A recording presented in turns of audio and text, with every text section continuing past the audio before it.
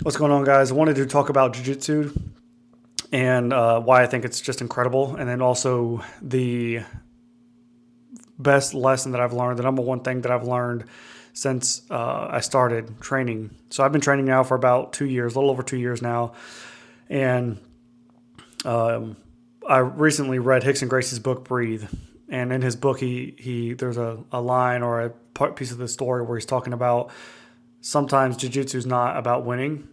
It's just about surviving long enough to just keep your breath, right? So if you're getting choked, for example, like a rear naked choke, and somebody has their arm around your throat, sometimes jiu-jitsu is not about winning in that moment. Sometimes it's simply just minor adjustments to allow you to breathe a little bit or to get some blood to your brain or to your heart or whatever. Sometimes it's these minor adjustments in life that we need to keep going. It's not just about winning, right?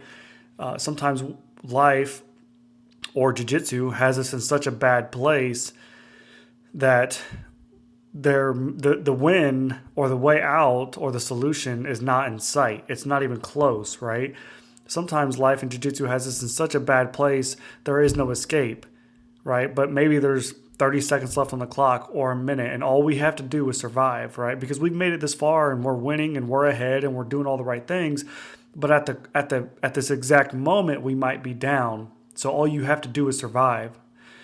And so he talks about this concept of just breathe, right? Just finding the right things to do to turn and twist and finding some kind of air, some kind of breath, some kind of heartbeat to keep you going. And in my time training jiu-jitsu, it's been incredible, the parallels of life and then jiu-jitsu, right? And just how much it does compare. Everything in jiu-jitsu's got to be strategic.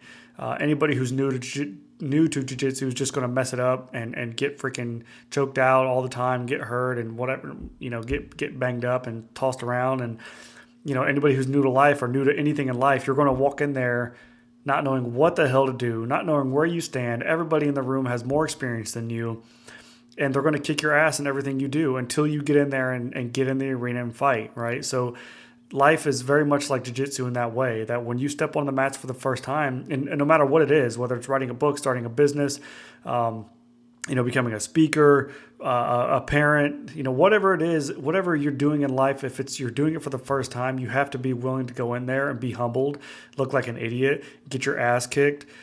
And if you're willing to do those things and keep doing them repeatedly over and over and over again, like, you're going to be okay. You're going to eventually figure it out, right? It just takes, you have to be willing to go in there and step into the fire over and over and over again. And when you're down and somebody's got your back and they're choking the shit out of you, it's not about winning, right? When you first step into that business role or the author or the speaker, or you first step on stage or you first start writing your book, it's not about writing the perfect book. It's not about delivering the perfect message. It's just about making minor adjustments just to keep going, just to survive, just to keep, spreading the word, the message, the impact. That's what life is about. It's just about just keep going. Just find a way to keep breathing, minor adjustments, and keep moving forward. And the more time you spend on the mats of life or in jiu-jitsu, the better you get, right?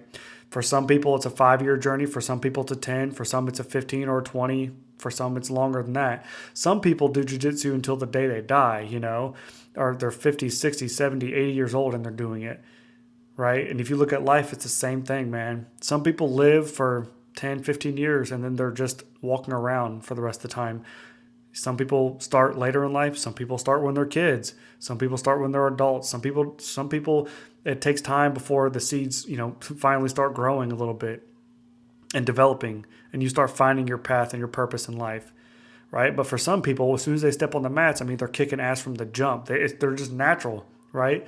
Call it luck or call it, some sort of inherent trait or skill. Call it whatever you want, but it is what it is. It's not going to change the fact of you are who you are, and you have to approach jiu-jitsu or life in whatever way is suitable for you, whether it's training once a week, 10 times a week, or it's training, it's the same thing with life, right? So it's just an interesting thing, man, that I got from the book and that I've learned a lot about jiu-jitsu in the last 2 years. And I've been training and I get my ass kicked repeatedly. Every single day, just get my ass whooped. but I'm just going to keep going back in there. I'm just going to keep getting better. But for me, it's more about the journey and the process. And I know that sounds cliche, but it's really true. It's so much more about like this mission, this journey that you're on, just to continuously go into something that you're constantly losing at. You know, you're constantly getting beat up, and people are around you are better than you, and you're willing to just go in there and accept that. So for me, it's more about that, and I love that aspect of it.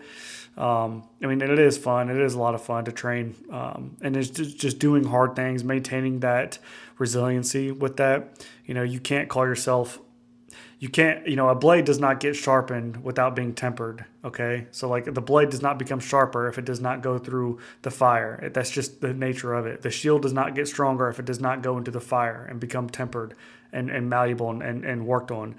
So, you cannot call yourself a tough, resilient person if you don't do things that make you tough and resilient.